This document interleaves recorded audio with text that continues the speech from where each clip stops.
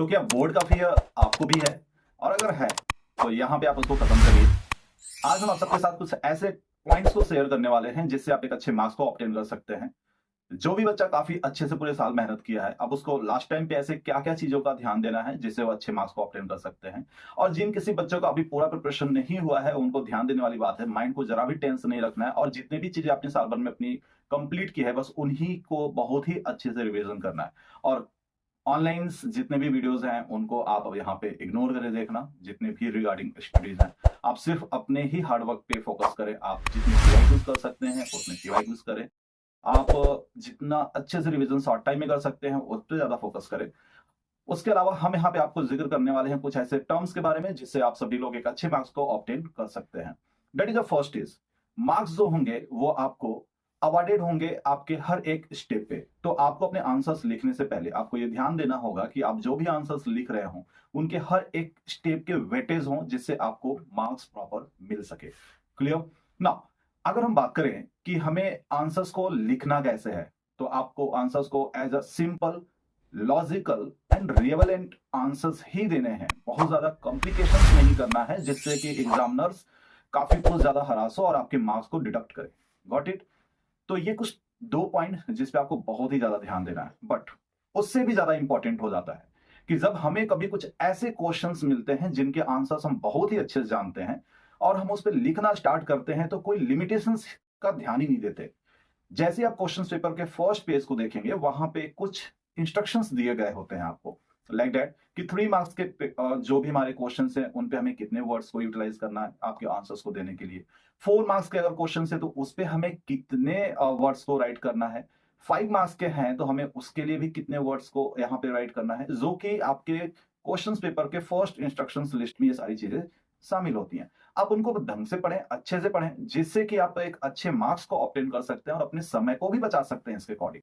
क्योंकि अगर हमें 2 मार्क्स का आंसर्स है और उस पर आप 1 पेज के आंसर्स देते हैं तो that is a time taken and ऊपर से बच्चा वो 2 मार्क्स ही मिलेगा, उससे ज्यादा नहीं मिलेगा आपको। Got it? सो बहुत ज्यादा लिखने की जरूरत नहीं है, जितने वर्ड्स लिमिट है उनका जरूर ध्यान दें।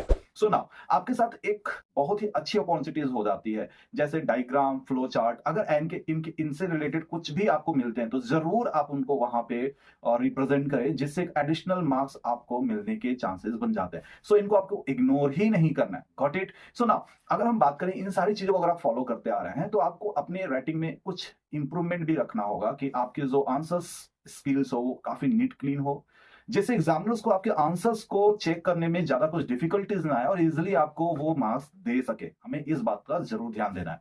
Got it? Now next is, हमें ये जरूर समझना है कि क्वेश्चन हमें क्या बोल रहा है। लाइक दैट अगर मैं बोलूं कि हमें ये समझना है कि डिमांड ऑफ द क्वेश्चंस क्या है, understand the demand of the questions. Okay, like that पूछ रहा है कि डिफाइन दिस टर्म्स। ओके, या फिर पूछ रहा है बोल रहा है आपसे कि what is the reason behind them. Okay, and many questions are here, like that the definitions, reason, define, that's different type of the question is asked with you. So firstly आपको ये फोकस करना है कि what is the demand of the questions. Without demand जाने आप कोई भी answers को यहाँ पे लिखना स्टार्ट ना करें। Got it? क्योंकि हमें अगर डिमांड मालूम है कि क्वेश्चंस डिमांड क्या कर रहा है, अगर उसके अकॉर्डिंग हम आंसर्स को देते हैं तो हम एक अच्छे मार्क्स को ऑब्टेन कर सकते हैं। अदरवाइज हमारे मार्क्स डिडक्ट हो भी सकते हैं। अगर आप कोई भी आंसर्स जो आपसे वो डिमांड कर रहा है उसके अलावा और कोई भी आंसर्स आप यहाँ पे लिखते हैं तो आपके मार्क्स डिडक्ट हो सकते हैं। इस बात का ध्यान रखिएगा। बिकॉज नेक्स्ट इज, हमें फॉर्मेट जो हमारे आंसर्स के होने चाहिए वो आपको प्रॉपर पैटर्न्स तो मालूम ही होने चाहिए कि हमें अपने आंसर्स को किस तरीके से रिटेन करना है। वो चाहे कोई भी सब्जेक्ट हो, चाहे सोशल साइंस हो, साइंस हो, मैथमेटिक्स हो, इंग्लिश हो, हिंदी हो, कोई भी हो बच्चा, उस पर आपको इनको 3 स्टेप्स को फॉलो तो करना ही है। फर्स्टली आप जब भी आंसर्स लिखें तो introductions regarding the questions, then body जो भी मटेरियल्स होगा उस क्वेश्चन से regarding, then conclusion is the last terms. इन तीनों ही स्टेप के अकॉर्डिंग आप एक अच्छे आंसर्स को रिप्रेजेंट कर सकते हो एग्जामिनर के सामने, जिससे कि आपके कोई भी मार्क्स यहाँ पे डिडक्ट ना हो। Now last is the important thing, time, जो कि सबसे ज्यादा ध्यान रखना होगा। हमें 2 मार्क्स के क्वेश्चन पे 2 मार्क्स के लायक ही आंसर्स लिखना है जिससे हमारे टाइम बचे।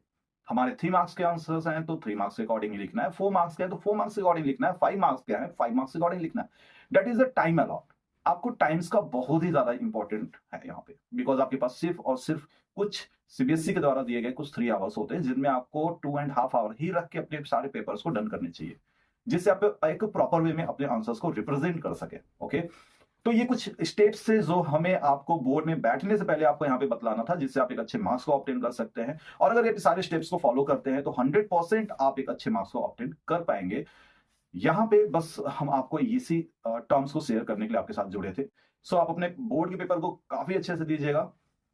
मिलते हैं एक नए टर्म के साथ। Best of luck for your examinations. और जितने भी चीजें यहाँ पे हमने आपसे शेयर किया उन सारे पॉइंट को बच्चा ध्यान दीजिएगा, because it is so much important. Okay, so thank you.